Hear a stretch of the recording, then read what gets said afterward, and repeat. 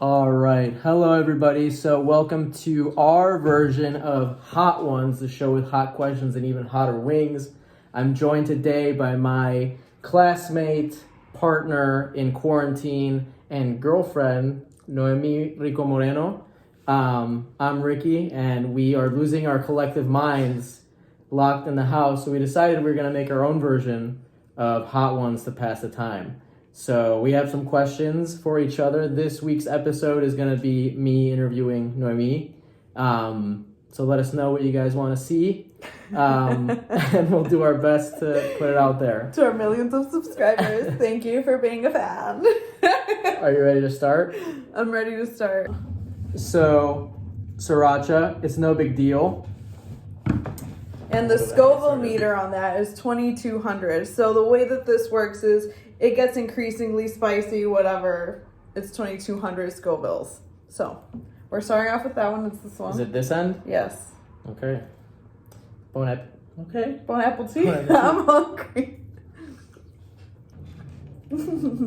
So I have to use a question to talk to you about your veganism. If there's one thing that the people know, it's that you're vegan and that you're very passionate about it. And the way the story goes, you decided to be vegan and made the change cold turkey, no pun intended, on one night when you had just gotten a boatload of cheese, chicken breasts, and a lot of different delicious, cheesy, meaty things. So why was it so important for you to make the change immediately, right then and there? Talk me through the thought process that night. Wow, okay. So I had just done a series of very bad decisions that day, leading up to I went to Do Right Donuts in Chicago, had the famous fried chicken sandwich and a glazed donut, and then for dinner, I went to Portillo's and had cheese fries and a burger. So I was eating very, very bad that day. So then I went home and I watched the movie What the Hell. It encompassed different angles, right? So it came to veganism in the environmental aspect, in the moral aspect. And I think for me, I was like, oh crap, I literally ate like crap all day.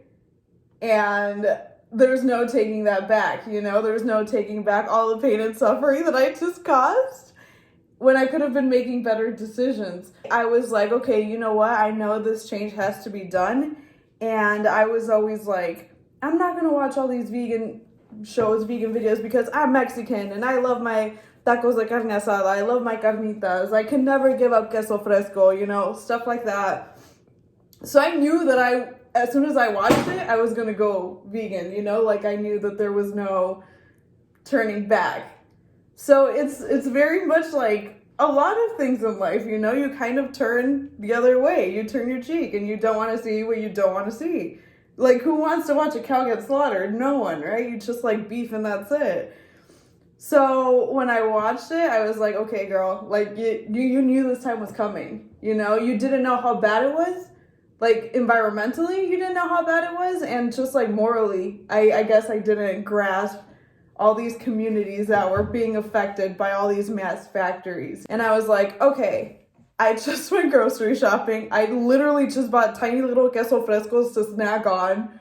I'm going to go through them, and then from then on, boom, I'm going to become a vegetarian. I'm going to be vegan, whatever. So the next day, I went to get a little queso fresco, and I couldn't eat it. I couldn't bring myself to do it. So I think for me, it really shifted things into perspective after that movie. That movie really messed me up because I was like, I cannot contribute to this any longer.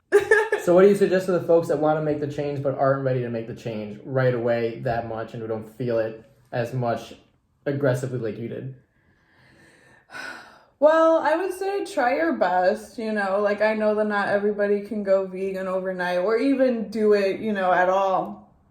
Because, food brings us together. Food's a culture, So I would say start with little things, maybe reduce your intake. Because at the same time, meat's not healthy for you, especially red meat, right? So you want to be decreasing that anyway. So I would say if you were eating meat 3 times a day, cut it down to 2 or maybe 1. I would say just do little things like that. Or, the very famous meatless Mondays. I think that's fun. I think that's totally doable. And just do your research, honestly, because it's like, I don't think it's appetizing to know where your food comes from. So if you haven't done your, I just be well educated on what you're putting into your body, I would say. All right. So this next wing is tapatio, I think. Long-winded answer, I apologize, yes. So this next sauce is tapatio, a classic.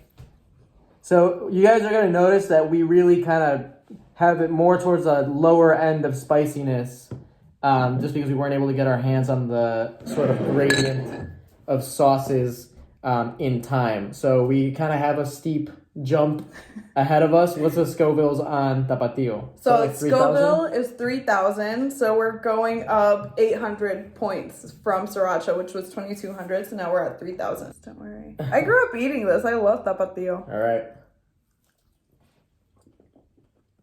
Classic. So Tastes like home. Tastes like California. So, you've worked more than a few jobs over the years, from serving up ice cream at Tasty Freeze to poking folks over as a CNA. Tell me what your favorite experiences from your jobs are and what skills you still use to this day. It's a really good question. I believe that I can still make a mean soft serve ice cream. Even if I can't eat it, like if we go to like a Chinese buffet or something, and there's like a soft serve machine, I guarantee you I can make the prettiest one. Like I loved my time at Tasty Freeze. Well, as a CNA, I haven't really been in the clinic because we've been in quarantine. So those that know, we're both in medical school. He's a year ahead of me. And because of this pandemic, we have not been able to get to clinic. So my whole schedule is basically, my whole year is pushed back a few months. So I guess I can't really say what features of a CNA I still have. And then when I was a bartender, I made some mean cocktails. So I could still do that, for Friday night fun. I had a job as an office aide, actually, in college. I did a work study for the Latin American Latino Studies department. So I think that helped me be more organized and just, keep all my notes tidy, keep everything tidy. So I think I still use a little bit of everything. This is like tingling on the tongue a little bit. Yeah. So our next sauce is Cantina Royale's taumalipeka, which is a sweet tamarind and hot chili sauce, which is coming in at about 4,200 Scoville. So we're jumping up about 1,200, still on the low end. So, ready to take a bite? Yeah, let's do it. Don't sound so excited. All right. Ooh. What do you think? Sweet because of the tamarind. Kind of some Asian vibes going, Yeah, it kicks the back of your throat a little bit. Mm-hmm. Woo. All right. So the people know you as a cartoon buff, especially old school SpongeBob. I'm going to run some classic quotes by you, and I want you to tell me who said them. Okay. All right? So the first one is, SpongeBob doesn't have hair, or does he? Sandy Cheeks! Which episode? Oh my god. Is it the hibernation one? It was the hibernation episode. Hey. I think. Correct us if I'm wrong in the comments. Beware of the wandering eye, you porphyrin. Stevie Jones song? I don't know. It's Gary in SpongeBob's dream when he goes into his own dream. Oh, what does he say? He says, beware of the wandering eye, you porphyrin, when he knows he's going to go into other people's dreams. You porphyrin. I don't know what it means either. And the last one is, and the winner of the Mermaid Man and Barnacle Boy art contest is SpongeBob Squire Pants. I'm a flawed fan. Oh my god, no, I don't know. It's the Newsfish. That's his name, is the Newsfish. I feel like that one was not fair. SpongeBob Squire Pants? Alright, okay. Alright, do one last one off the top of your head. Okay. I don't know, some guy in an ambulance? Oh! Larry. It was Larry. It was Larry. Yeah. In, when they're, the Super Bowl one. Was it not the Super Bowl? It was a Super Bowl. The Super Bowl, yeah. Fan Geeks. Fan Geeks. Legendary episode. Ricky's favorite episode. Mm-hmm. Well, No? maybe. Maybe, but that's a conversation for a different video. Oh. All right, next one. Stay tuned. So this next one is actually a classic to a lot of hot sauce fans. We just got it for the first time and are almost through it in about a week and a half. It's called Secret Aardvark. Another one on the lower end of the spicy sauce scale. Coming in at about 5,000 Scovilles. Still on the low end. Habanero based, right? Habanero based. All right. Bon All right. appetit. Cheers. It tastes different on wings than on eggs and stuff. Highly recommend it. I'm usually not a fan of habanero, but this one's pretty bomb. So, if the people can't tell from the decor, you wear your Mexican and Latino heritage with pride. But where?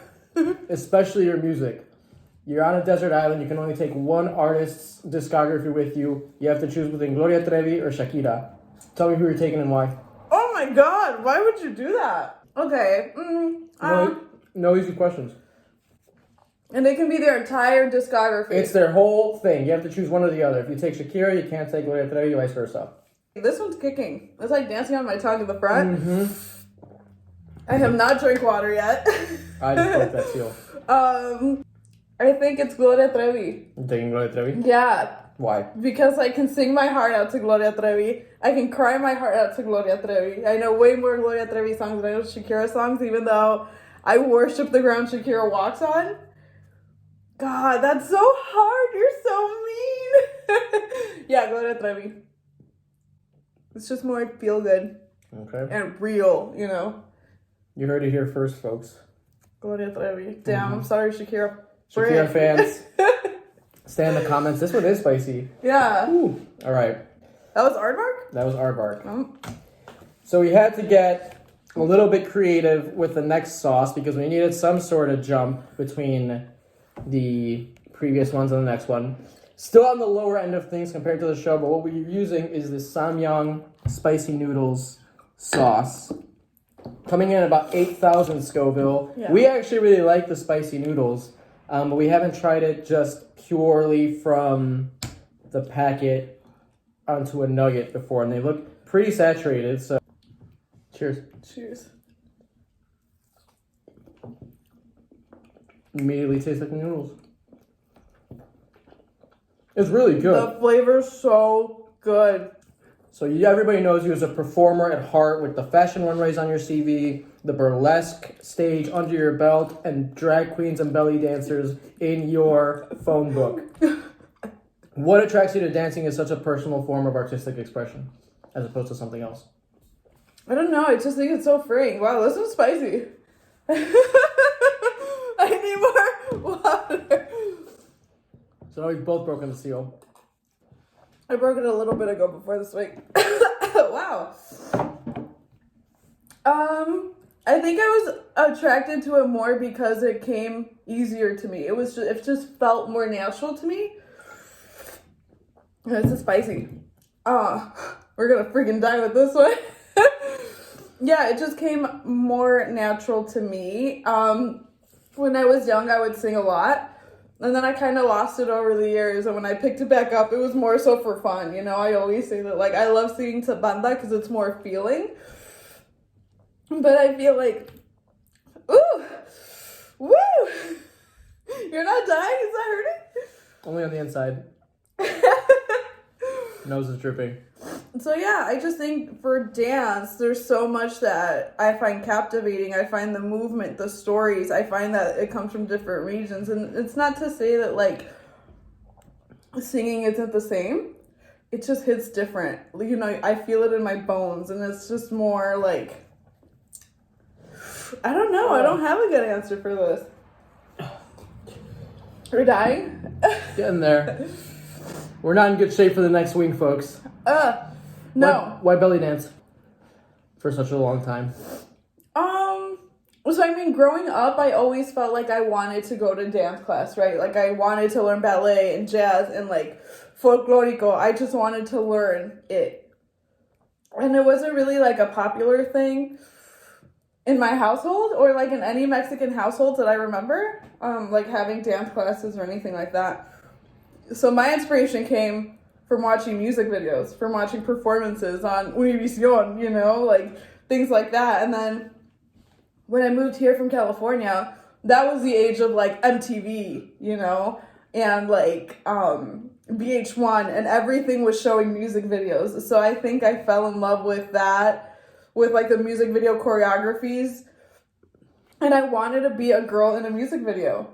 And no matter what, I always thought Shakira was such a phenomenal dancer. And I grew up watching her when she had her like black hair, and then when she had her red hair and black roots, you know. So I was always fascinated with Shakira because she looked different and because she was a phenomenal dancer. She belly danced in leather pants. Who does that? You know? Yes. Yeah, exactly. So I was always very attracted to her. And when I moved to Chicago, I was like, well, I'm a full-ass adult now. And I found Phaedra Darwish on a quick Google search. And I took one class and I was hooked, man. You know, like I loved it. I stuck through it and I was like, bruh, this, like, I got here because of Shakira. You know what I mean? Like, I love her. And I guess it was just like, the opportunity was there and I took it, you know, because I could provide that opportunity for myself. And when I was a child, I guess that wasn't something that I could control. Well said. And I just stuck with it. Well said. Yeah, thanks. So, we've come to the moment that if you're gonna skip, this is probably the moment you're gonna want to skip to. This is the bomb. This is the hottest sauce that we have. Typically considered the hardest sauce on the actual show by most guests that are on it. We're going from 8,000 Scoville at the last wing, which was the samyang sauce, to 136,000 on the bomb, Beyond Insanity. Can I have that? You can have that. Okay. So in the show, it is tradition to put the last dab, one extra dab, on your wings. And we typically don't have to if we don't want to, but everybody ends up doing it, so that's kind of a lot. I'm truly frightened. If you watch the show, you know that this is a hot sauce that everyone is scared of. I am terrified. The books. We have some almond milk standing by. Yes, we do. In the back, we're going to see how long we can last without it. All right. This is a moment of true laughter. Cheers, babe.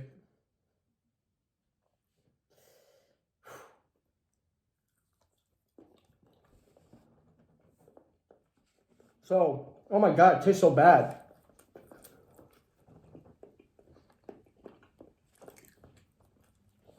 So, bartender, belly dancer, sister, medical student, TikTok celebrity, all titles that you wear with pride. But one of the ones that I've seen you work the hardest at is somebody who's open to disagreeing with other people and learning from those disagreements. You're not afraid to ask for and learn from criticism. Why is it so hard for us as a culture to listen to people that are on the other side of the aisle, and how do we get better at that? Oh my God. Oh my God. Oh my God, I hate milk. Oh my God.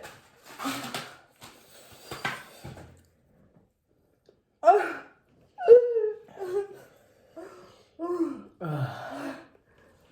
am not dying. Every time I breathe out. What's the question? How do we disagree with one another civilly? Me and you? Society. Oh my God. Oh my God, this is not a joke. Holy.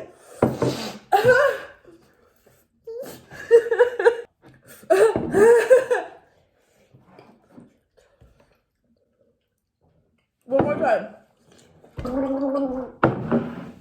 Love it.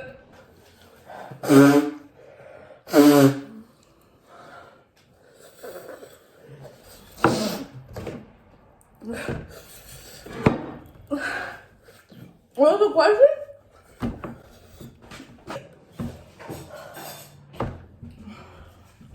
feel it coming out of my ears. Ha! You just hit my ears too. What was the question?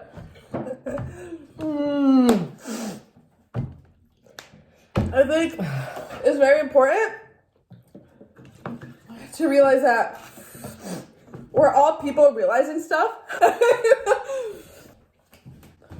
Oh my god, I'm like high.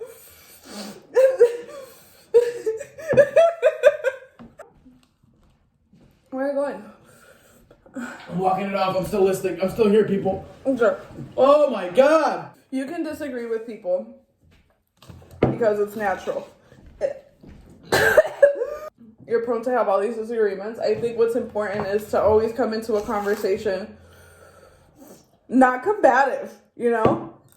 I think you kind of see like, don't be an idiot, or like, these people are so ignorant, or how can you not understand this? You know what I mean? I think it's so present in our society today to constantly be putting people down when they don't know something. And I think you just need to X out. I think Ricky might be dying. No one can know everything. You gotta stay humble. You're feeling it every time you breathe out? No? Oh my god. It is all about staying humble and knowing that, accepting that you don't know everything, but there's always room for growth.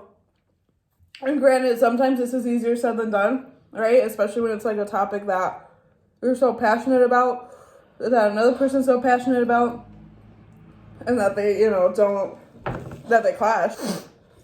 So I think it's... I'm shaking. I think it's humbling yourself. Be open. Be open to learning. Be open to growing. We still got half a wing left. Just take a bite. I don't know that half of this video is even gonna be like legible, understandable. It was like under here. Yeah, it moved around. Yeah. And it's not good. Like, if the hot sauce was good, I'd understand. That was disgusting. It was painful. I feel nauseous. It's still lingering in my mouth. Like the milk and the ice cream and the water. Oh my god, it's coming back. It's on the roof of my mouth now. Okay. If you could describe in one facial expression how you're feeling right now, do that facial expression right now. I think this one would be mine. You know, because of... I think the one I have on my face right now. I don't know why we do... Oh my god, look at my mascara! I don't even know if I answered your questions correctly. Well, we did it.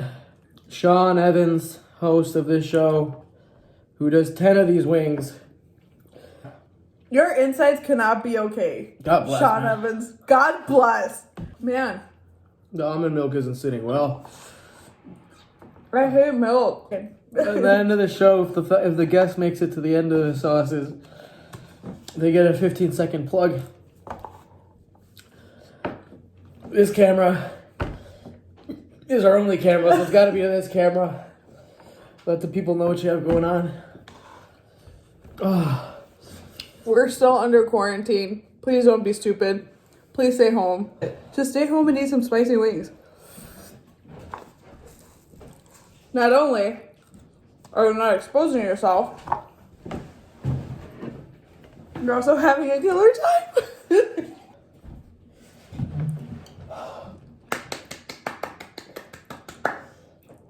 No.